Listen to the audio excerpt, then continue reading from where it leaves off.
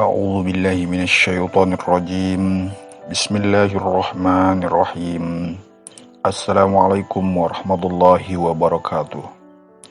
Sayyidina Abu Dzar Al-Ghifari radhiyallahu anhu adalah seorang sahabat yang terkenal. Di kemudian hari, ia terkenal dengan kezuhudan dan keilmuannya. Sayyidina Ali radhiyallahu anhu berkata, Abu Dzar memiliki ilmu yang orang lain tidak mampu memperolehnya. Hanya saja dia menyimpannya. Ketika pertama kali ia mendengar kabar tentang kenabian baginda Muhammad sallallahu alaihi wasallam, ia mengirim saudaranya ke Mekah untuk memastikan berita itu.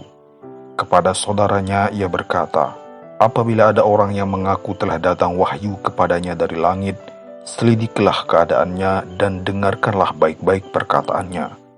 Saudaranya pun pergi ke Mekah. Setelah menyelidiki keadaan di sana, ia pun kembali dan melapor kepadanya. Aku melihatnya memerintahkan kebaikan dan akhlak yang mulia, dan aku mendengar ucapan yang bukan ucapan ahli syair atau ucapan ahli sihir. Abu Dzar tidak puas dengan laporan ringkas dari saudaranya. Ia memutuskan untuk pergi sendiri ke Mekah.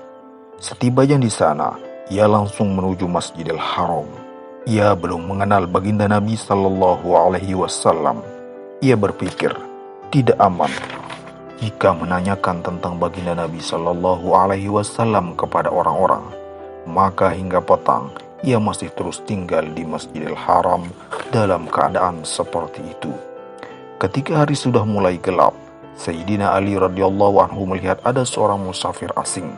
Pada masa itu, menunaikan hajat para musafir, orang-orang miskin, dan orang-orang asing sudah menjadi kebiasaan masyarakat Arab.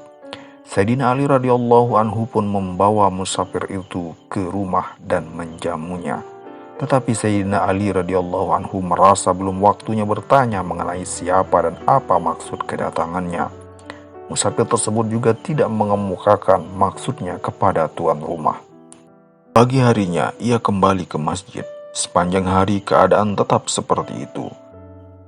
Sayyidina Abu Dzar radhiyallahu anhu tidak bisa menemui baginda Nabi sallallahu alaihi wasallam karena dia belum mengenal baginda Nabi sallallahu alaihi wasallam dan tidak bisa bertanya kepada siapapun. Kemungkinan besar hal itu disebabkan berita tentang permusuhan orang-orang kafir terhadap baginda Nabi sallallahu alaihi wasallam telah tersebar luas. Siapa saja yang berani menemui beliau akan disiksa dengan segala cara. Ia pun berpikir, tidak mungkin menanyakan kepada orang lain mengenai keadaan baginda Nabi sallallahu alaihi wasallam yang sebenarnya. Ia takut jika ia bertanya kepada seseorang, kemudian orang tersebut berprasangka buruk, ia akan mendapatkan kesusahan. Sore hari kedua, Sayyidina Ali radhiyallahu anhu berpikir, musafir asing ini pasti mempunyai tujuan datang kemari. Mungkin tujuannya belum terpenuhi. Sayyidina Ali radhiyallahu anhu pun mengajak kembali tamunya menginap dan menjamunya di rumah. Namun malam itu pun Sayyidina Ali radhiyallahu anhu belum bertanya kepadanya. Malam ketiga pun sama seperti malam sebelumnya. Akhirnya Sayyidina Ali radhiyallahu anhu bertanya kepada tamunya, apakah tujuanmu datang kemari? Setelah meminta Sayyidina Ali radhiyallahu anhu bersumpah dan berjanji akan menjawab dengan jujur setiap pertanyaan, barulah Sayyidina Abu Dzar radhiyallahu anhu mengutarakan maksudnya. Sayyidina Ali radhiyallahu anhu berkata, sungguh beliau utusan Allah subhanahu wa ta'ala. Jika esok pagi aku pergi, ikutilah aku. Aku akan mengantarmu kepada beliau, karena suasana pertentangan masih panas. Maka jika selama di perjalanan kita menemui seseorang yang mencurigai perjalanan kita, aku akan pura-pura kencing atau pura-pura membetulkan terompah. Hendaknya engkau terus berjalan, jangan menungguku agar orang tidak mengetahui perjalanan kita. Keesokan paginya, Sayyidina Ali radhiyallahu anhu diikuti musafir itu tiba di tempat baginda Rasulullah sallallahu alaihi wasallam. Mereka berbincang-bincang dengan beliau. Saat itulah Sayyidina Abu Dzar radhiyallahu anhu masuk Islam. Selanjutnya, karena baginda Nabi sallallahu alaihi wasallam sangat mencemaskan gangguan yang akan menimpa dirinya, beliau melarang Sayyidina Abu Dzar radhiyallahu anhu menunjukkan keislamannya di muka umum.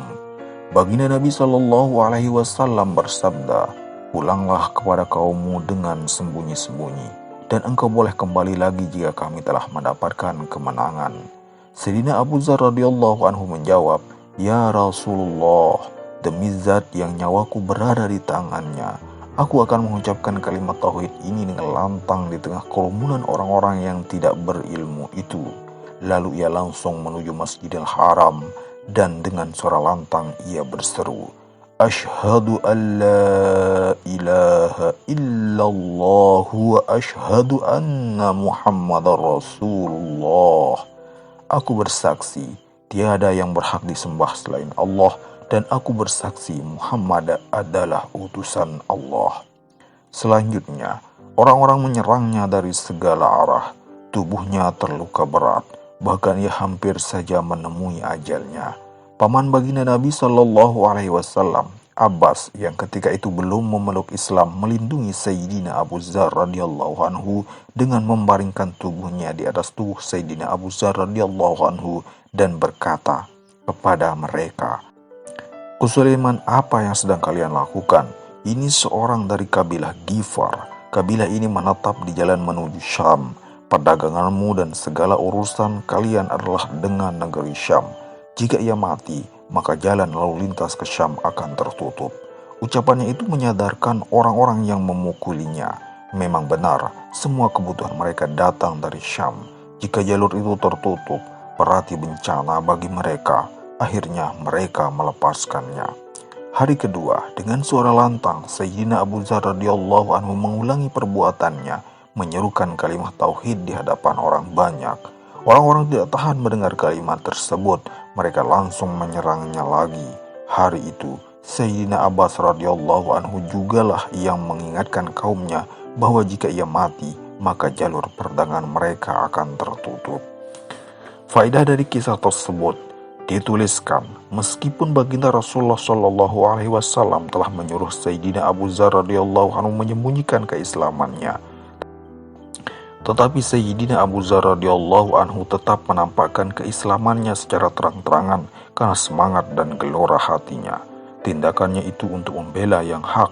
Adapun larangan baginda Nabi Shallallahu Alaihi Wasallam adalah karena rasa sayang beliau kepadanya.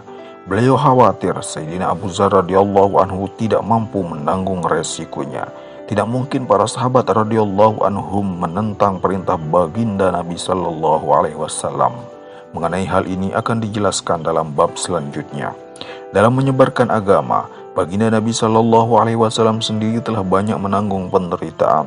Oleh sebab itu, Sayyidina Abu Dzar radhiyallahu anhu memilih untuk mengikuti penderitaan baginda Nabi Shallallahu Alaihi Wasallam, bukan menerima kemudahan yang diberikan beliau. Inilah penyebab urusan agama para sahabat radhiyallahu anhum meningkat. Dunia pun takluk di bawah telapak kaki mereka, dan mereka menang di setiap medan perjuangan. Siapapun yang telah mengucapkan syahadat sekali saja, ia berada di bawah naungan bendera perjuangan Islam. Tiada kekuatan sebesar apapun yang dapat menghentikan mereka, dan tidak ada kezaliman yang mampu menghalangi mereka dari menyebarkan agama. Allahu Akbar. Subhanallah wa bihamdihi, subhanakallahumma wa bihamdika, asyhadu an la ilaha illa anta, wa astaghfirukallah wa atubu ilaik.